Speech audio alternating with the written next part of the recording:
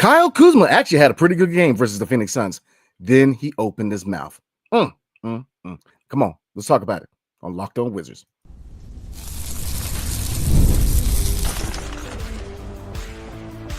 You are Locked On Wizards, your daily Washington Wizards podcast, part of the Locked On Podcast Network. Your team every day. Woo! Come on now. Your favorite podcast now has a newsletter, introducing the Locked On Wizards daily newsletter. A one-stop shop for the ultimate team and league coverage delivered right to your inbox. Sign up for free now at LockedOnDaily.com. That's LockedOnDaily.com. And start your day with all new free Locked On Wizards newsletter. Tonight's episode is brought to you by FanDuel. Super Bowl 59 is here, and there's no better way to make every play more exciting than with FanDuel Sportsbook. New customers can bet just $5, and if you win, you'll score $200 in bonus bets. Download the app or head to FanDuel.com to get started. All right, AB, lots to talk about today, man. I mean, the Washington Wizards did lose to the Phoenix Suns in Phoenix, 119-109, and Kyle Kuzma led the way with 30 points and 11 rebounds, but then he opened his mouth and made some comments where it's like, on one hand, it's like, yeah, I'm not surprised. On the other hand, it's like, wow, really? For real, dude? So we're going to get into the comments real quick, and then we're going to react to that. Then we're going to go over last night's game versus the Phoenix Suns, and then we're going to do a preview for tomorrow night's game versus the Mavs, and then chop it up like I always do, because definitely appreciate everybody showing up today. We wanted to go live before football games happen today, because obviously our beloved Washington Commanders are in the NFC Championship game versus the Philadelphia Pigeons. So we're definitely wanted to get this content out for you guys before everything got started. So this is through Josh Robbins of The Athletic. So shout out to Josh Robbins, long time journalist, man. Wanted to go to my opinion, so definitely appreciate him. Shout out to him. And he says on The Athletic, there was an article on The Athletic that says Kuzma made his comments after the Wizards lost to the Phoenix Suns 119-109. He scored a season high 30 points on 12 from 24 shooting for the field. Tied a season high with 11 rebounds and added 4 assists. He said, quote unquote, I think today I just decided to be myself and not really just fit into everything that we're doing here. I'm just really played in the moment, Kuzma said. I think my mom helped me out with that. I saw her today. Lord. All right, so he goes on to say other things. Let me pull up what he said, man. Asked immediately what he meant by playing in the moment and not trying to fit in. Kuzma answered, I'm not trying to fit into what we're trying to do here. Just being more assertive, demanding the ball, not just going out there and trying to let people develop. Just playing my game. AB, I'm going to let you have this one first, man, before I get into my spiel, man. What is your reaction to his comments, man? It's just, like you said it, like it's shocking, but is it really surprising? Because at the end of the day, this has been the theme of the year for Kyle Kuzma, a man who comes in here, body language is not great, goes in there, shot shucking, beginning on of the season, and now when obviously great game yesterday, but at the end of the day, you're gonna say that and you still lost. It's like, dude, you're not a superstar. And again, Kuz, for what he's done in DC, we give him his flowers. But at the end of the day, the reality situation is he got traded from LA for a reason, and now he's gonna be gone for again another reason. So to say that, to go against what the coaching staff is doing, the culture is doing, like, what does that make? What does that make you? What do other teams, when they see that, why would they trade for you? Because it just makes you look egotistical. It makes you look like, why would I bring in this guy when I'm trying to build the championship roster? He's just going to hurt the team. So, again, even a game like this where his value goes up, it kind of goes down directly after making comments like this. Woo, you hit the nail on the head, my brother. Let me say this, man. I've enjoyed him as a player. I mean, I do like Kuz. I think he's a likable guy who's going out of his way to become an unlikable guy. I mean, he is going out. I don't know if he's got a publicist. I don't know any restrictions on his ex, but somebody need to help this brother out. I mean, to say this after dropping 30 points, and like I said, I've enjoyed him here. Like I said, being media, you got to be able to throw smoke or throw criticism and definitely give people the flowers when they deserve it. So you got to be very impartial, very unbiased, and we're definitely unbiased here at Locked On Wizards, but everybody's got players they like. And like I said, I've enjoyed him becoming a complete player here in DC, but enough's enough with Zoolander, man. I mean, for real, really, like for real. Like two things kind of really jump out at me. Number one, that shows me you had the capability to do this whole time. So you're telling me through all the bad body language, through all the times with your attitude and all these different things, you've held back for real? Because it's crazy how, you dropped 30 points and 12 for 24 shooting, which was efficient. You shot 50%. And then, so where was it at the whole time? Number two, we really want to go back in the past. Okay, let's get back in the past real quick. Okay, number one, at first he said, I want to be here. I want to be part of the process. So when you make comments like this, number one, what's it tell the young guys? You lost the locker room. You lost the locker room. Because what young guys going to rock with you after this? I mean, it's already been Jordan Poole's locker room anyways, but you make these comments, what young guy on the team's going to listen to you? They're not. You lost the locker room. You just made it known that you're not even here to help these guys develop. You're here to get yours. So to tell me when he signed a contract, it was because he didn't find any contract offers. Let's be real. It wasn't because he wanted to be here, you want to be part of this. It was because he couldn't find anything better. And he did what most players do, which is treat the Washington Wizards as a safety valve, as a plan B. He knew he's going to get the money with the Wizards. So he went in and got the contract. It had nothing to do with wanting to be here, had nothing to do with wanting to be part of the process, because he didn't get the same offers in the year that he was a free agent. So what, the safety valve, the Washington Wizards, right? So that's what he did. He took the contract from us because he knew that it was a very team-friendly deal. To what? To trade him at some point. So the whole agenda the whole time since he signed that contract was to trade him, to move on from him at some point. So I'm not knocking him from making the comments. Look, what do you want a guy to say when you decide to your team? You want him to say, oh, yeah, I'm here because I want to be part of this, even though I think a lot of people knew at the time it was smoke. I mean, let's be real. I mean, the contract was a movable contract because that's the whole intent of the contract, was to move him at some point. He lost the locker room, but it's cartoonish for him to continue to. I mean, really, you score 30 points and then you had to decide to say, oh, I'm here. I'm getting mine. You know, I'm not here to develop. You just lost the locker room. And what are we doing? This is turned into a saga. This is turned into all bridges have been burned, in my opinion. The fan base ain't rock with you, homie. I mean, you got like 2-3 people, the same cornballs out there. Oh, you're being too hard on them. Yeah, I bet, man. And it comes down to the next point, AB, which is player empowerment to a fault. We continue to give power to these guys to say all this garbage and to say all this stuff. What are you telling people, man? What are you telling the fan base? What are you telling the young players in the locker room? What are you telling them when you say stuff like this? And I do believe he's a likable guy who is doing everything in his power to be an unlikable person. Because I don't understand. You made the most stupidest comments I've ever heard. Oh, I'm not here to help these guys get better.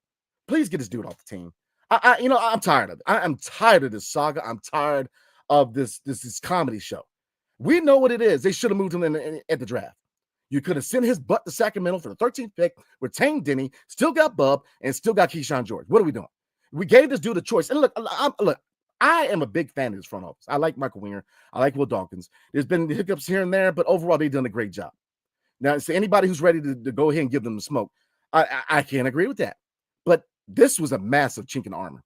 This was a mistake on this front office. And like I said, I do think this is a good front office. I think they've proven that they are definitely an upgrade over the last two. And really, how low is the bar? Let's be honest with Ernie Grunfeld and Tommy Shepard. I mean, the bar ain't too high as a get-go. You know what I'm saying? So, I mean, it don't take much to be a better GM than those two. But I'm willing to give them some time. But this is a mistake, man. Because you asked this dude whether he want to be traded to the Dallas Mavericks or not. You're giving power to a guy who's not a number one option anywhere but here. AB, he's not a number one option on any team in the association but in Washington, homie. Like he was a perfect complement to Bradley Beal and Kristaps Porzingis. But as a number one option, okay, fair enough, Kuz. You proved the point last night. You were the number one option. We still lost. So what are we talking about? We still lost the game. I'm tired of this, man, because I felt like he was a likable guy. I do, and I feel like he's done everything within his power to be an unlikable guy. And he's burning every bridge, and he's continuing to look. He's starting to shine a light on the front office. They know they made a mistake. Come on, let's be real. You best believe right now Will Dawkins is trying to find any move to get him up out of here because it is what it is. You at first you say you want to be part of it, and it's like, oh, I ain't trying to help them get better. I'm in it for myself. Whatever, dude. You're not a number one option anywhere else. Let's be real. And you've lost the fan base. And if everybody's got supporters, I'm pretty sure there's still Ben Simmons supporters out there. So there's always a cornball out there. But I mean, it blows you away how you make these comments following a good performance, and then what are these young players really? You lost them. They're not gonna rock with you. I wouldn't. What do you say to him tonight or tomorrow night, AB? I mean, again, you mentioned it. Like after performance of that, JP double, Bilal a nice dunk, and after all of that, we have to start off with Kuz's comments. It's just embarrassing. And again, it's just like you're Will Dawkins. Like at some point, you got to be like, yo, like this is like we got to figure something out. Like he said that, all right, just send him out because what does that send to the message to the young guys that, yeah, like this vet is walking all over them? Like, why should we think that? Why should we buy into the culture here in Washington? To me, it's just like, Kuz, like, what you doing here, dog? Like, again, we support you, have supported you, that move and everything. You mentioned it, be not a number one option. You can make the case barely not even a number two option, because the reality situation is the shot chucking, it's embarrassing. And like, it's just the fact that he goes and says this, like, to me, it just doesn't make any sense. It makes him look like a joke. It's a diva attitude. It's this diva attitude where it's like, you're exactly right. And that brings up a good point. We're talking about this dude, and we have not even touched base on the fact that Jordan Poole, 19 points, 10 assists. So for everybody who doesn't think he's a point guard, JP13 dropped 10 assists last night, AB. But we're talking about Kuz. You know, JP13 has earned the right for us to be talking about him. Not Kuz. He put the work in the offseason. He's led this team. You know, he's played at an all-star level, even though we know he's not going to get it because of team performance, but he's earned that right. He's won the locker room. He's sitting here talking to the young guys. He's working with the young guys. He's built relationships with these young guys. Him and Bilal have a good relationship. You see, he's a guy who is trying to teach these young guys, trying to impart some knowledge on them. Kuz is yelling at people. It's this diva attitude. He's lost me. Zoolander got to go. I'm tired of Zoolander. Get him up out of here. Because it's the attitude, man. Like, really? This is a rebuild. And it's just, I don't care what he sent his cat, man. I don't care. Because to me, this is this, it's such bad taste, these comments. And he does it all the time, man. Every time you feel like, it's like, okay, Kuz is the good game. What can he do? You know, what's the next step for him? Then he comes out. I mean, it's like, really, this is what you wanted to do after the game? Like, you're trying to prove a point. You're proving that point. You're not number one. You're not number two. You're not number three. On a contending team, you are number four, at probably best at number five, and you lost the fan base. Look, the fan base is the heart. It is the heart of the team. The fan base is what makes this team run. Yeah, you got a general manager, you got the team, you know, whatnot, but it is a fan base who runs this team to a certain degree. Public opinion matters, man. Look, you if you're asking people to tune in when your team is daggone the 6-38, what are you telling me, man? Why should fans tune in? You're 6-38, and then your star player is out there talking about, oh, well, I'm in it to win it, man. I'm in it for myself. I mean, I'm not here to help guys develop. Get them up out of here, man. I mean, because like you said, we have spent the first 12 minutes of this show talking about this dude. And yes, he had a good game, but that's out the window with those comments. Yeah, 30 points, 11 rebounds. Great game. Great game. Very efficient game from Kuz. 12 for 24 from the field, 5 for 9 for 3. Woo! Great. But then he had to come out there and say some noise, man. Bilal, 12 points, 5 for 8 from the field. Definitely an encouraging game from Bilal. I mean, Alex Sarr, 11 points, 6 rebounds, 2 blocks. Good game. You know, Jonas Valanciunas and Bub Carrington both did well off the second unit. So that's what I'm saying. It's the fact that you're demanding so much attention. The attention should be on these young guys. The attention should be on Jordan Poole, who has earned the right to be the leader of his locker room. But no, we're talking about Kuz. As usual, we're talking about Kyle Kuzma because he's unhappy that the team's 6-38. Well, gee, I wonder why, man. I mean, you got a part of that. I mean, it's not just the young guys failing, and it's not just Kuz leading the way like he's the hero. Like, no, there's a reason, man. I mean, so we're going to end it there because, like I said, those comments to me are just so tone deaf. You know, you score 30 points, 11 rebounds, and then you turn around and say, well, you know, I'm not here to help these guys get better. I'm here for myself. Fair enough, man. You know, put that on a plaque and put it on the wall in the next city you play in. Wow. So we're going to get into the preview for tomorrow night's game, and then we're going to get into comments like we always do. So before we do, guys, tonight's episode is brought to you by FanDuel. Super Bowl 59 is here. One game, two teams, endless possibilities. And there's no better way to make every play more exciting than with FanDuel Sportsbook. Whether it's predicting the first touchdown, calling the MVP, even betting on the coin toss, FanDuel makes it easy to get on the action. With live betting all game long, you can adjust your bets as the game unfolds and feel the thrill from kickoff to the final whistle. I say it all the time, FanDuel is one of my go-tos, man. It's actually my go-to, my number one. The reason for that is because there's so many ways to earn cash, and it's easy, it's user-friendly, you get your cash instantly. It's just so many reasons to rock with FanDuel over their competitors. But look, don't take my word for it. Just download the app and head to FanDuel.com to get started. Bet just $5. And if you win, you'll score $200 in bonus bets. That's FanDuel.com. Bet with FanDuel, the official sportsbook partner of Super Bowl 59, baby. All right, AB. So like I said, we're going to go ahead and move on, man, because like I said, I think both of us are at the same point, man. We have officially checked out on Zoolander. All right, so let's get into a preview for tomorrow night's game. They are in Dallas, and they are actually wrapping up the West Coast trip. So let me go ahead and pull up the time real quick. But real quick, AB, what would be your 3 keys of victory for a hopeful victory against the Dallas Mavericks tomorrow night? Again, it goes back to winning the turnover battle. I always say that about any sports games. You got to make sure you turn the ball over less than the opposing team. Also, again, closing out on the perimeter, 3-pointers, and everyone shoots them in the NBA. And Dallas, and they ain't no joke, man. They're a premier team, went to the finals last year. And also just, again, be more aggressive. Don't be so passive. I was settling with 3-pointers. We've seen this with Wizards team, a lot of ISO ball. I think now it's just be aggressive. We're a young team. Take it to the paint. You don't have to settle for threes. And I think it'll be a close game because, again, you put up a good fight against Phoenix, a Phoenix team where you mentioned Nick Richards, who you talked about. I mean, 2019, that was amazing. He was balling out there. KD, D-Book, Bradley Beal, and only losing by 10. Again, not a loser's mentality, but they put up a fight. So it is promising. You go into Dallas, why not do the same thing? Exactly. So I'm with you on that, man. So let's take a look. The game is at 8:30, everybody. So we're looking at around 11 o'clock. Live, so we're gonna go live tomorrow night to recap this game versus the Washington Wizards and the Dallas Mavericks. So definitely tune in around 11 o'clock and chop it up with your boys, man. So again, 8:30. Now for you, let's see. So the injury report real quick. Sadiq Bey's obviously out. Marvin Bags is still out with that knee injury. That's very concerning as far as he's a guy who, his history, or not his history, but his future here in DC is coming into question the longer he's out. But Malcolm Brogdon he's still day-to-day with that foot injury. So we'll see if he ramps up close to the tip-off. But look, Dallas is dealing with a lot of injuries, man. I think this is a favorable matchup. I mean, Max Kleber is out. Let's see. Derek Lively is out. Like I said, this injury report is still needs to be updated, so it could change closer to tip-off tomorrow. But as of right now, Derek Lively's out. That's very, very favorable matchup for the Wizards. If he is still out, Luka Doncic is out. He was out on Thursday, and he will be reevaluated following a left calf strain that he suffered on Wednesday versus the T-Wolves. And Dante Exum is out. So, AB, this is a very, very winnable matchup, in my opinion. Yes, we're 6-38, but you still have the mentality of trying to win. Play hard, play to win. You saw that against the Suns, and you want to see that against the Dallas Mavericks. So, to me, real quick, obviously, look, defense has to be on point. I mean, they are 11th in the NBA at 115 points per game. And then we are last in the NBA with points given, 122. So, look, defense, we got to hold down the paint, especially if Lively's out. Daniel Gafford is a guy who is a former Wizard who's definitely going to try to put some points on our heads, man. So you definitely defense. We've got to make defensive switches faster, man. We've got to close out shooters. We got to get back in transition.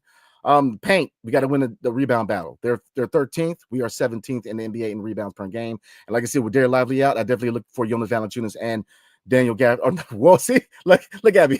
Jonas Valanciunas and Alex Sarr. So definitely want to see them dominate the paint because, like I said, Gaff is going to get his, but I think it's definitely a favorable matchup.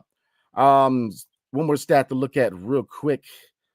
Let's see. All right, field goal percentage, I think, is a stat to look at. They are the 7th best shooting team in the NBA. They're a very efficient shooting team. They shoot a lot of high percentage shots, and it shows. The field goal percentage is 47.7%, which is 7th in the NBA, compared to the Wizards, which is 29th in the NBA at 43.8. So, look, we've got to make it harder for them. We got to make it harder for them on the perimeter. We've got to close out shooters, AB. So, like I said, AB, I'm asking you real quick, but is this a game where the Wizards can win by utilizing the paint? Definitely. I mean, the injuries you saw in Dallas are pretty banged up. We have seen in the past this season where a lot of teams were banged up and they still came out on top. But again, the big men not having Lively, not having Kleba, they make a difference. And Luka is a superstar in this league, so definitely got to take advantage of it. Just don't settle for threes and take it to the hole. I agree 100%. So, like I said, guys, definitely tune in at 11 tomorrow night when we recap live the Washington Wizards and Dallas Mavericks matchup. So, let's go ahead and move on to comments. All right, everybody, let's get in the comments. Definitely appreciate everybody rocking with us before the NFC and AFC championship games today because, like I said, we definitely wanted to get this content out before our Commanders. And if you're Eagles fan, watching them get their butts whooped today. But it is what it is. So let's get into it. Locked on Log kicks it off like he always does. Is just Kuzma plays when he feels like it. which is not going over well with any team. Oh, I mean, you said it, AB. If I'm another team, what do you say to that? Like, I mean, what do you really get out of him being off and on with his performances and then having this attitude? Why would I want a guy like that? I mean, let's be real. He's probably going to go to a contender where he's going to have, established stars there where they're going to check him. He's not going to have this kind of, this attitude with a contender. He goes to a team where it has established stars. Going to be like, look, you need to simmer down a little bit. So like I said, he's only hurting his own trade value. You want to be here, then make it easier. I mean, don't make comments where other teams are going to be like, well, what are we bringing in? Because look, Malcolm Brogdon is a guy whose name's out there. Jonas Valanciunas. So you can argue both of them have higher trade value. Because I think that, look, a first-round pick ain't happening. And it's sad because at one point, the asking price was 2 first-round picks. Now, you're probably looking at a prospect and an expiring contract. And look, I think most people are going to say, look, we'll take that. And like I said, AB, before we move on, this guy, he didn't get in trouble. He didn't beat his old lady up. He didn't do drugs. He didn't break the law. And his legacy is being jacked up by him. And he's not a guy who got in trouble. He's a high character guy. He's a guy who, look, at one point, it looked like he did buy in. So it's crazy to watch him burn all the bridges on his own accord. So, Sinai, I like it. Should be trying to get the value of the veteran assets up first half of the season and trade them. Then focus on developing young guys in the second half. Look, here's the thing. Yes, you definitely have to try to get the value on your veterans, man, but you're still developing at the same time. Like you can't in year 2 of a rebuild, you can't tell your young guys and say, look, sit because give me a half because in the second half we're gonna exclusively develop you. No, you still have to develop. You have to see what you have in Alex R, number 2 overall pick. You have to see what you have in Bilal Coulibaly, 6th overall pick. You have to see what you have in these guys sooner than later. So I agree, I do, but then you can't just totally let development, kind of slide off. No, you have to develop these guys. Now, you can argue with your comment that, yes, you can further develop Bub, Keyshawn George, Tristan Vucevic. Once you move on from these veterans, then you do have ample time to look at all the young guys as a whole. But right now, you're looking to definitely develop Bilal Coulibaly and Alex R right now and still try to showcase these guys. So I agree and disagree, but I do appreciate the comment and definitely appreciate you taking time out of your day to rock with us today. So much love. Locked on Law says, isn't this the same guy who put up 4 points in the game not too long ago? No one knows what to make of Kyle Kuzma, which is why they won't get anything from him in the trade. You're looking at an expiring contract and a prospect. Yeah, first round pick is out of the window. And like I said, I am a big fan of the front office, and I'm, like I said, I still think it's too early to really judge them, but this is on them. And like I said, much love to my guy Will Dawkins, man, and Michael Winger. I think we definitely have adults in the building in the front office, absolutely. But here's the thing: this was a hiccup. Right now, I'm not going to say massive, but it is definitely a hiccup. I mean, the Kyle Kuzma saga is going to go down. Is going to be the first chink in the armor of the front office. Let's see. Link, how you doing tonight? Says on a positive note, everyone showed good flashes, and JP did a great job defending and dishing the ball. Absolutely. JP 13 he is a much better player defensively. And look, for everybody who says he ain't a point guard, he said, hold my beer last night. AB 10 assists. Come on now, get credit where it's due. We found our point guard, at least for the next 2 to 3 years. We found a point guard. Now, I think it's time to let Bub kind of develop. Let JP run the show for the next couple of years. Let Bub take his time and develop. Do you agree with that, AB? Yeah, definitely. JP, I remember last year that first half of the season, people were ready to write him off. I mean, again, it was not the best start here in DC, but he's gotten better. And unlike Kyle Kuzma, he went, especially at frustrating times, and he was at the peak of the Warriors when they won a chip. He's not going out there slashing and slandering his team when they're young. They're trying to develop these young guys. So shout out to JP being a good leader. And again, he hasn't even hit his prime yet, so I can't wait for these next couple of years. Hit the nail on the head, man. He hasn't even in his prime yet, and he's shown that he's ready to take over this locker room. So, obviously, if you look at the contract situations within the next 2 to 3, there's some interesting decisions going to have to be made. But look, give him the keys for the next couple of years because he's earned that right, man. He's put the work in. I mean, star, not a star. A lot of people, there's people that think he is, there's people that don't think he is. Regardless of your perspective on what kind of player Jordan Poole is, he has earned the right to be the guy for the next couple of years because he put the work in. That alone. He's not out here talking mess on X. I mean, he's earned the right to be the leader. He has done a great job really, taking Bilal Coulibaly under his wing very early on in the process and working with these young guys as opposed to just yelling at them and expecting, I mean, let's be real. It's a new generation in the NBA and everybody learns differently, but you see that with Jordan Poole, you don't see that with Kyle Kuzma. It is what it is, man. Zoolander gonna be Zoolander. Bucket Getter says after the post game comment, get Kuz the heck up out of here immediately. I wish I could use stronger language. Absolutely. I've got some choice words, but I like my job, man. So like I said, I'm gonna hold back. I'm definitely gonna say it when I'm off the show. But I'm with you on that. Edian, how you doing? He says, didn't he know he re-signed a rebuilding team? That's what I'm saying. He knew what it was when he signed here. He knew what he was. And if he didn't, I don't tell you. Like, he should have known that he was hitting into a team that was starting a rebuild. Like, look, they gave him the green light. Look, I said it before the season started, AB, that I thought this was going to be a career season, both for Jordan Poole and Kyle Kuzma. Because I feel like they got the green light. They were going to do the 1-2 punch. They're very aggressive scorers. I feel like, you give time for Bilal and Alex Sarr to really find their offensive output. I feel like they had the green light. They were going to have a good year. But Kuz, the injuries, not going to knock him on the injuries. But you can knock him on the comments and dip in production. He's averaging what? I believe last time I checked, it was like 14.5 points per game. So, I mean, come on now. That's a far cry from last 2 years where he was averaging over 20. I mean, it's just – all right. Let's see. Edian also says got 20 points. Of course, he would make this comment. That's what I'm saying. It's like, yeah, of course. After a 30-point game, he had to say something. It blows you away. I don't get that, man. I don't know why. Bucket Getter says JP double, Bilal dunking everything. Oh, Bilal, man. I mean, like I said, do not give him enough credit. I mean, Bilal, I'm a big fan of his game, man. Bilal's gonna be a star in this league. I mean, Bilal, defensively, he's already there. Offensively, once he figures it out, AB, Lord have mercy. I'm telling you, when him and Alex Sarr figure it out on a consistent basis offensively, we have found a couple stars in Alex Sarr and Bilal Coulibaly. Defensively, they're already there, B. It's just going to get better. This is going to get better. Offensively, you already see the potential this season. Alex Sarr and Bilal Coulibaly, man, be cool in the Big Eiffel. I'm telling you, the future is bright here in the 202. Edian says Brandon spitting facts. Laugh out loud. Hey, appreciate you, man. Look, I'm calling like it is. Enough's enough, man. Enough's enough. It's just, but Big E, shout out Big E real quick. He's got a very good perspective. He says, I'm not upset with Kuz's comments. It makes sense and it's typical of Kuz. Yeah. The most part, Kuz is an honest person. You all bashed him when his performance was subpar. He's letting you know why. Fair enough. Look, I can respect that.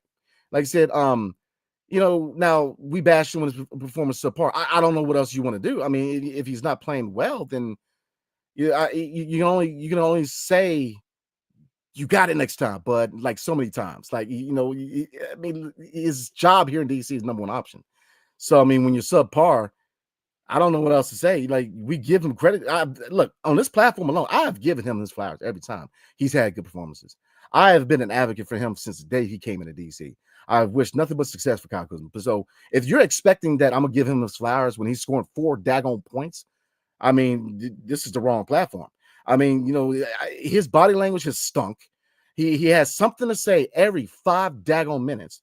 You go and you make comments on a Vogue interview that you feel pressure to buy these stupid outfits, but then the fans come into the arena, half of them can't even buy clothes. The fact of the matter is the economy ain't looking too hot.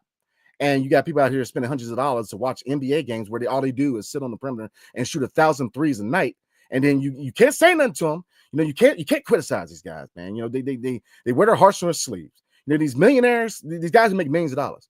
Okay, so if we can judge our politicians, if we can judge our military, who, by the way, makes below minimum wage, we can criticize these players. So, I get what you're saying, but then in the same token, it's like, it's tone deaf when you make these comments and you don't expect, middle class people who are spending hundreds of dollars to go watch these guys play, not to say anything.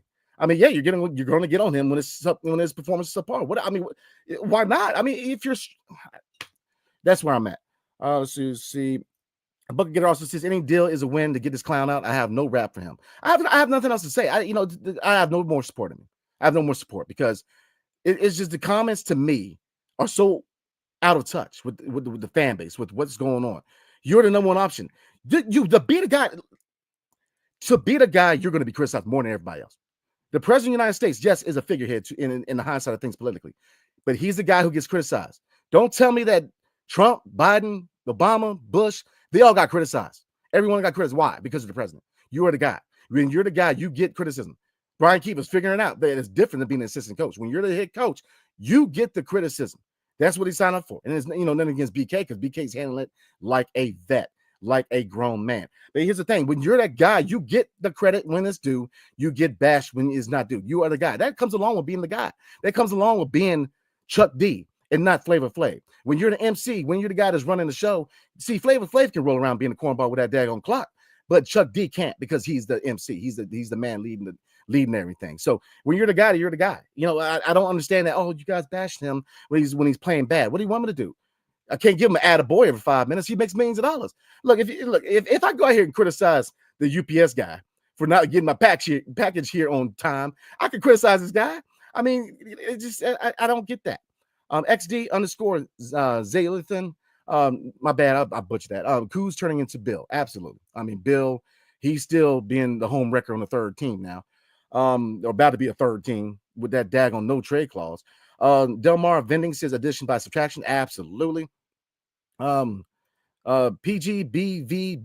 says, wait, what'd he say? For you guys that didn't catch what he said, he basically said that he's in it to win it for himself, that he is going to try to be aggressive to get his stat line up, and that he's just not in it to help these guys develop.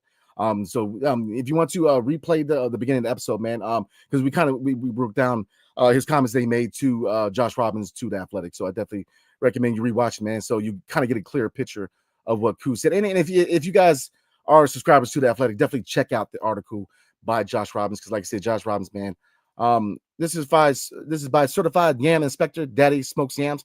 Wow, I like that title. It says Kuz is almost 30 and he's a champion, wasting his prime on the worst team in the league by far. But he chose that. He chose that. I mean, we didn't make him stay. He chose that. Baby, help brother out, man. Help brother out. I don't get it, man. Yeah, he chose that. Yeah, he chose this path. Again, he wanted it, and it's so crazy because again, he makes those comments after a 30-point performance. But what does he say when he shoots like 1 of 11 from the field in those types of games, or 7 points dropped in a game? It's just like at the end of the day, Kyle Kuzma, like, this is the reality situation. You got traded from LA for a reason, and now you got to get traded from DC for a reason, because you're just not, as much as you're just not that guy. I don't know how to say it more blatantly, B. It's just what you doing out there, bro? What you doing? I mean, and like I said, this criticism is not just because. It's not us. Look, I would love to give him his flowers. I would love for him. I have no problem doing it, because to me, he's been a complete player here in DC. It is not just criticizing him to criticize him. I mean, if you have not seen what he said or his body language, you are under a rock or you're in denial. I mean, to me, I like Kuz. I think that he's a very likable guy who's going out of his way to be unlikable. I think that he's got a personality where he's kind of his own guy. I like that. I do like Kuz. Yes, I'm a credentialed media member, and I'm very unbiased. But look, we're all human. We have players we like. I think Anthony Edwards is a freaking dog. He's one of my favorite players in the league. I mean, you're a basketball fan. I mean, I like Kuz. I think he definitely turned into a complete player here in DC, but he's going out of his way to burn every bridge. And I don't want that to be the case, man, because I think he's a likable guy. I think that he's a guy, at one point, he was a great part of this team.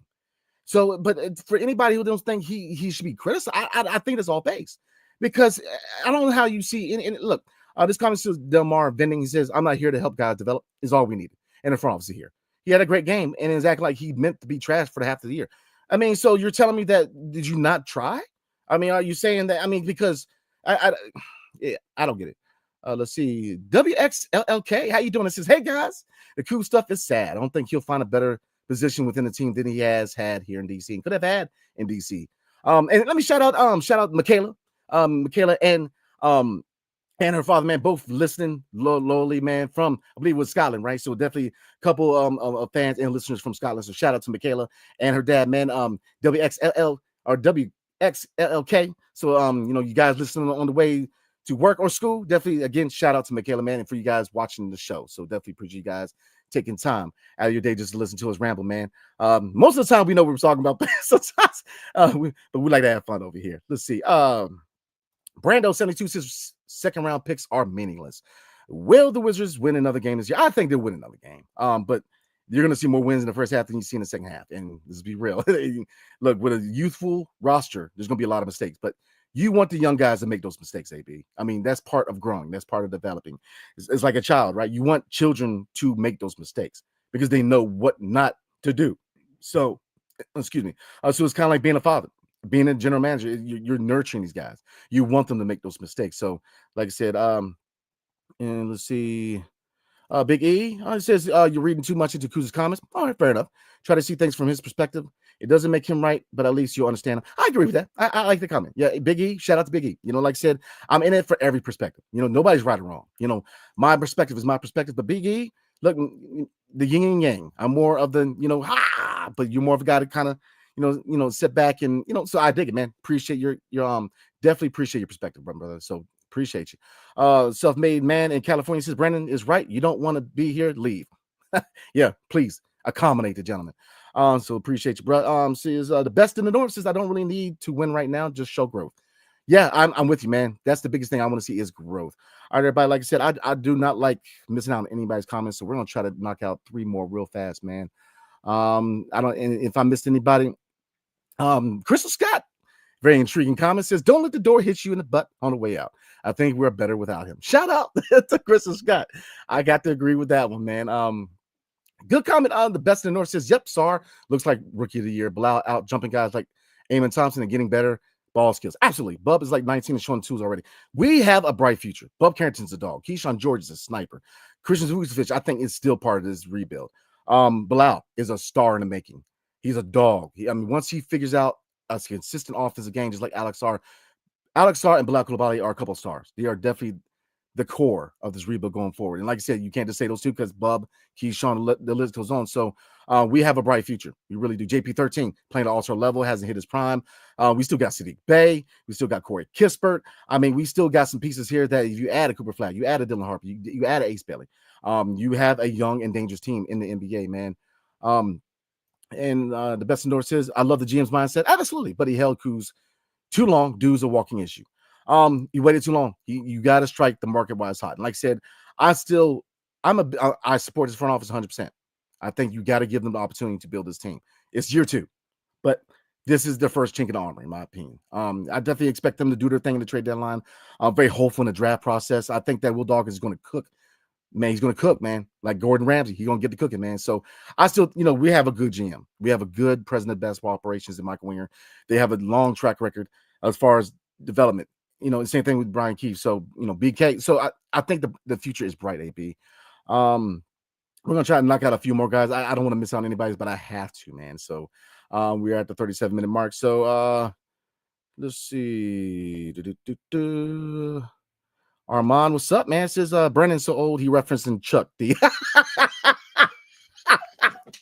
Yeah, man. Show my age a little bit, man. Chuck D, man. Shout out to Public Enemy, man. Hey, I'm an old hip-hop head, man. Public Enemy, trying to tell you, man. For all you young hip-hop fans out there, man, you ain't heard no hip-hop like Chuck D and Public Enemy, man. Come on now. A couple more guys. Let's see. Virginia Slim, my God. This is going to be the last one, guys. Like I said, I hate to miss anybody's comments, but we're going to have to roll out on this one. It says, sup, Brandon? Sup, AB? Great game last night, and I appreciate Kuz for being honest. Yeah, no, it's not a knock about him being honest. It's just... It's not, I appreciate honesty from Kuz. It's not, we get it. We're trash. I get it. We're 6-38. So if you can't look at this record and look at the fact that this team's trash, I don't tell you, but they're trash by design. If that makes sense. They're trash by design. But it's not the honesty that gets me. It's that when you first showed up, you had no problem with this being a rebuilding team, maybe. Come on now. He had no problem with this being a rebuilding team. And now is appearing more and more to me that it was because we offered him the best contract. Because he made it known that he was going to go out there and shop himself in his free agent, and he wasn't getting these type of contract offers. He found his safety valve, the Washington Wizards. They're going to pay you. Look, ask Bradley Beal. They're going to pay you really well and give you a no trade clause. And when you're the only team in the league other than LeBron James with a no trade clause. So I'm not knocking him for being honest. I appreciate honesty. Like I said, I'm a big fan of. To me, his personality is he's kind of the guy who's outside the norm. I'm a similar person. Like I said, I'm not the guy who is about the norms. I'm a kind of an unorthodox person. So I've always respected that about Kuz. It's not against him personally at all. You guys know me well enough. I would never judge a player off anything off the court unless it's about going to X or, something to do with interviews. It has to do with, you had no problem with the rebuild. Now you do. Why? Come on now. Year 2, You change your mind in year 2. Year 1, it wasn't even a problem. Then year 2, I mean, you changed pretty quick. And I think that has a lot to do with the dynamics of this team changing. It is Jordan Poole's locker room now. Bilal Coulibaly is ready to fill that void. So I think the dynamics have kind of caught him off guard, and people got better sooner than he thought. So I think that's what it is. He also goes on to say, now, honestly, get off the team so Bilal can posturize him. JP13 can revoke the city Poole accent. I love it, man. So, like I said, shout out to Virginia Slim. Thank you for your perspective. Appreciate your honesty. Like I said, I appreciate your perspective. And shout out to Big E, man. Like I said, I appreciate your perspective. There's no right or wrong answer here, guys. And you guys know that I love dialogue. I love talking. I understand, and I want to chop it up with you guys. And I understand every perspective. So, no matter Brian is going to be the last one. I said it's the last one. I'm focused on the young guys. Get out of here and get better. It's Sean. I can't argue with that. So, all right, everybody, we will be going live tomorrow following the Washington Wizards and Dallas Mavericks matchup. So tune in at 11 o'clock. Going live. So definitely appreciate everybody taking time out of your day before the kickoff at the NFC Championship game. So for you Commanders fans, real quick, let's get to the Super Bowl, baby. Super Bowl 59 is calling us. For you Philadelphia Eagles fans, much love for y'all, man. We love y'all. I mean, we got love for y'all. It's just, I mean, look, if you look at the Rocky Balboa statue, even he is a Commanders fan. I'm just saying. So definitely tune in. But it's all love, everybody. So we will see you guys tomorrow night. Hail to the Wizards and peace.